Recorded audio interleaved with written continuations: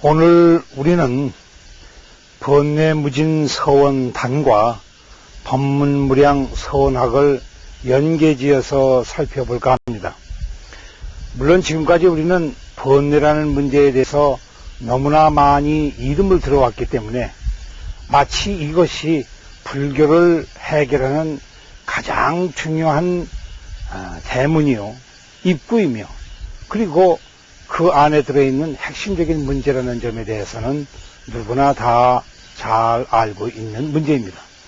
그러나 번뇌라고 하는 문제가 오늘 여기에 와서 거론되면서 내 마침내 일을 결정코 끊으리다 라고 말을 하는 데에는 어떤 귀중한 원인이 있습니다. 무엇이냐면 소위 우리가 지금까지 부처님의 법문을 살피면서 늘상 흔히 말하는 저 단순한 진리 때문입니다. 일체계고라. 이 세상에 있는 모든 것이 하나도 고 아닌 것이 없다고 하는 데에 문제가 있습니다. 왜 이 세상에 있는 모든 것이 다 고인가? 그것은 우리의 희노애락과 생로병사 등 일체 우리가 보고 듣고 맛보며 냄새 맡는 일체의 것들이 그 어느 하나도 번뇌가 아닌 것이 없기 때문에 고입니다. 즉 다시 말하자면 번뇌는 고의 핵심입니다.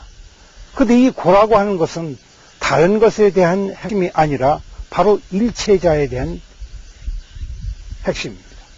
일체자라고 하는 것은 이 세상에 존재하는 모든 것이라는 그런 얘기입니다.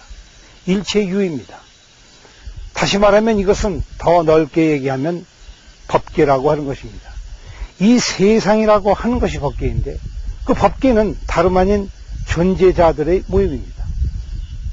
이런 것 저런 것은 우리는 그와 같이 느끼고 그와 같이 알며 그와 같이 생각하고 그와 같이 존재하는 것인 줄로 아는 그림자에 불과합니다.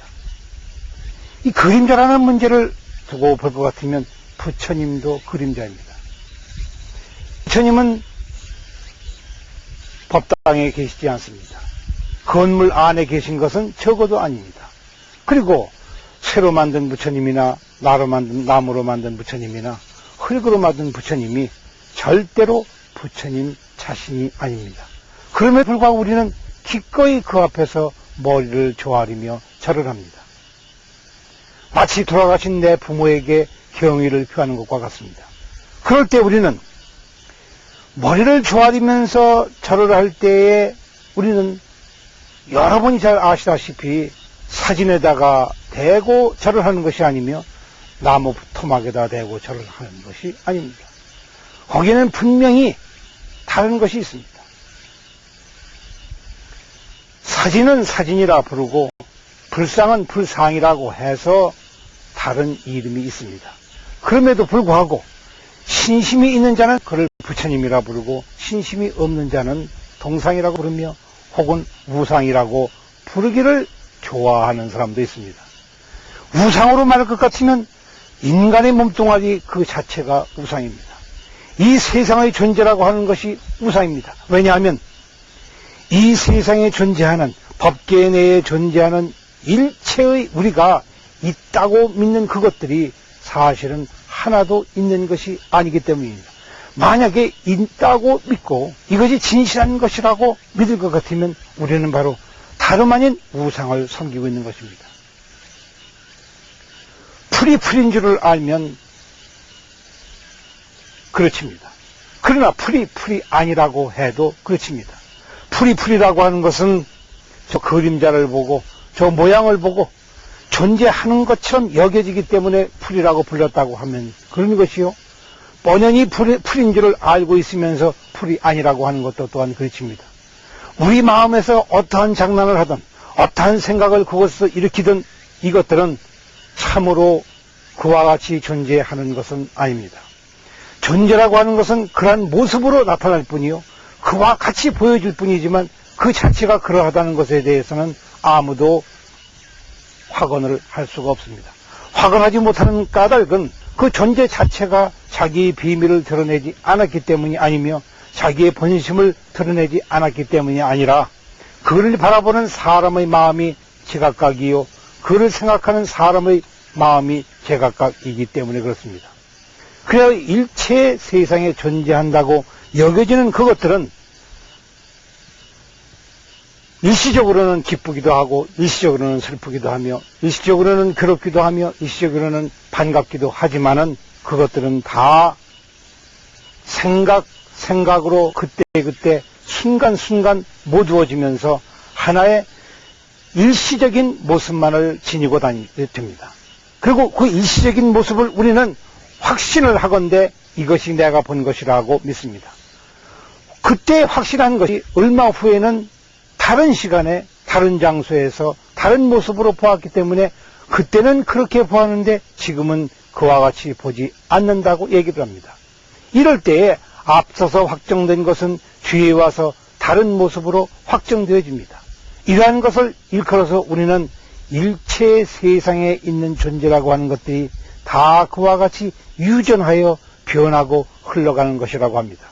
그리고 흐름 그 자체는 아무런 본래도 아니지만은 생각은 그때그때 순간순간마다 일어나는 그대로 있지를 아니하고 항상 다른 모습으로 바뀌어지면서 또 다른 감정을 일으키기 때문에 이것은 아주 번잡스러운 뇌리에 스쳐가는 아주 복잡한 생각들로 엮어집니다. 확정된 실체라고 하는 것은 그 자체로서 붕괴되고 지고 맙니다. 그 자체에 소외되어지고 맙니다. 그 자체에 자기 자신을 부정하기에 이르릅니다. 그래야 이러한 단계는 도저히 우리로서는 하나의 실체라고 부를 수가 없기 때문에 일시적인 실체라고 부르며 일시적인 실체라고 하는 것은 우리 인간의 마음에 대해서는 항상 번뇌로서 남게 마련입니다. 어제까지 가장 내가 믿고 사랑하고 아끼던 것이 지금에 와서 나를 괴롭힐 줄을 모르게 되었을 때에 이것만이 괴로운 것이 아니라 그 자체에 믿을 수가 없다는 것, 그리고 내 자신조차도 확실하게 볼 수가 없다는 바로 그 사실 때문에 이것은 끝이 없습니다. 이러한 번뇌는 끝이 없습니다. 인간이 있는 한, 이 법계가 있는 한 어떠한 것도 그 자체로서 끝나는 법은 없습니다. 그것은 한이 없습니다.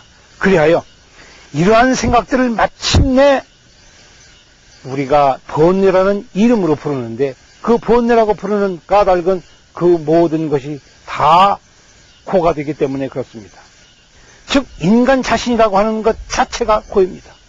이 세상 그 자체가 코라고 합니다. 그래야 부처님은 이를 한마디로 이루어서 이 세상이라고 하는 것에 그 어느 하나도 그 어느 존재도 코 아닌 것이 없다라고 말씀하셨습니다. 번뇌를 소용돌이 치는 번뇌를 만드는 주인공은 바로 탐진치입니다. 탐욕과 진해와 우치입니다. 이것은 우리가 마음으로 읽어내기 때문에 그렇습니다. 그러나 이 마음을 우리는 그와 같이 작정한 적도 없고 그와 같이 해야 되겠다고 확신을 한 적도 없습니다. 다만 그와 같이 흘러갑니다. 그리고 그와 같이 흘러가는 가운데 그와 같은 번뇌가 일어납니다. 그리고 이 번뇌들이라고 하는 것은 그때그때 하도 다양한 모습을 갖추기 때문에 우리는 다만 고라고 부릅니다. 그렇기 때문에 고가 아닙니다. 인생 자체가 고이며 인간 자체가 고이며 마음 자체가 고이며 그 이상 그 아무것도 아닙니다. 그래야 이것을 우리는 번뇌무진 서원단이라는 이름으로 부릅니다. 그러면 어떻게 이것을 끊을 것인가? 어떠한 생각을 일으키든지 뭐 다 번뇌요. 어떠한 마음이 일어나든지 다 번뇌인데 그것이 어떻게 끊어진다는 말인가? 도리어 끊는다고 하는 그 자체가 또 다른 번뇌를 만드는 것이 아니었던가. 이리하여 번뇌를 끊는다는 생각을 하기에 앞서서 번뇌가 일어나는 모습을 우리는 스스로 보게 됩니다. 이것이 마음에서 온 것인 줄을 알게 됩니다. 법계라고 하는 것이 내 마음대로 본 것인 줄을 알게 됩니다. 마음대로라고 하는 것은 사실은 내 마음대로도 아니었던 것입니다. 다만 그와 같이 형성되어져 온 것입니다. 그런데 이제 그 모습을 스스로 돌이켜보매 바로 여기에서 제가 지금 돌이켜본다는 말을 하였습니다. 돌이켜본다고 하는 것은 확정된 것을 가지고 보는 것입니다. 이미 그와 같이 나타나지 아니하였던들 돌이켜볼 재주가 없습니다. 흘러가는 중에는 그 자신을 돌이켜볼 수가 없습니다. 우리 인간의 심성이라고 하는 것은 아주 기묘하기 짝이었습니다. 미미한 법을 지니고 있습니다. 법 가운데서 법 아닌 것이 있습니다. 세상의 만유가, 세상에 흘러가는 이 존재들이 존재인 줄만 알았는데 그 존재를 뒤집어 놓는 자가 그 안에 반드시 있습니다. 나무를 볼 때에도, 강을 볼 때에도, 하늘을 볼 때에도 하늘을 하늘인 줄만 보는 마음이 있는가 하면 하늘이라고 보자마자 저것이 정말로 하늘인가라고 물을 줄 아는 기묘한 마음이 있습니다. 이것이 바로 저 끊음의 비밀입니다. 끊는다고 하는 말은 실제로 칼로 끊는 것도 아니에요. 창으로 끊는 것도 아닙니다. 번뇌는 끊어지는 것도 아닙니다. 어떠한 것이든지 다 번뇌입니다. 끊어진다는 것 자체가 도무지 끊어지지 않는 것이기 때문에 그렇습니다. 그러나 이제 돌이켜본다고 하는 것은 그것이 고인 줄을 알 때 우리 자신은 스스로 이것들이 모조리 고의로구나 하고 단정을 질 수가 있습니다. 그 단정 지을 때 지금까지 있었던 것들은 다 흩어져 버리고 맙니다. 지금까지 우리가 믿었던 것들은 다 붕괴되어지고 맙니다. 그것이 괴멸되면서 스스로 파멸되어지면서 스스로 부정되어지면서 이제 새로운 모습으로 나타납니다. 새로운 모습으로 나타난다고 하는 것은 어찌되었든 지금까지 있었던 것에 대한 부정이며 이제까지 있었던 것에 대한 부정은 바로 그 자체가 끊어진 것입니다. 다시는 같은 모습으로 저것들은 내 눈앞에 나타나지 않을 것입니다. 강은 강으로서 내 눈앞에 예전에 보았던 강으로서는 절대로 나타나지를 않을 것입니다. 사람은 가장 사랑하는 사람도 가장 미워하는 사람도 같은 모습으로 내 눈앞에 나타나지는 않습니다. 우리는 매일같이 법당에서 부처님을 친견하려고 합니다. 왜냐하면 어제 보았던 부처님과 오늘 보았던 부처님은 분명히 다르기 때문에 그렇습니다. 그리고 이때 서로 다른 부처님이라고 하지만 이 다르다는 말도 또한 매일같이 달라지기 때문에 우리는 그를 오직 깨우친 한 성인이라 부처님이라고 이와 같이 이름을 지어 부릅니다. 자, 우리가 번뇌는 그 자체에 끝이 없으니 기필코 끊어오리다 하는 것은 순간순간 생명력을 스스로 부어넣어서 신심을 그 안에서 찾는 그러한 작업입니다. 번뇌를 마침내 끊고야 말겠다고 하는 것은 올바른 정신을 내는 그러한 심정입니다. 이것이 있을 때에 모든 부처님이 이곳에서 생명을 지니며 살아갑니다. 이것이 법의 생명이라고 하는 것입니다. 진리의 등불이라고 하는 것입니다.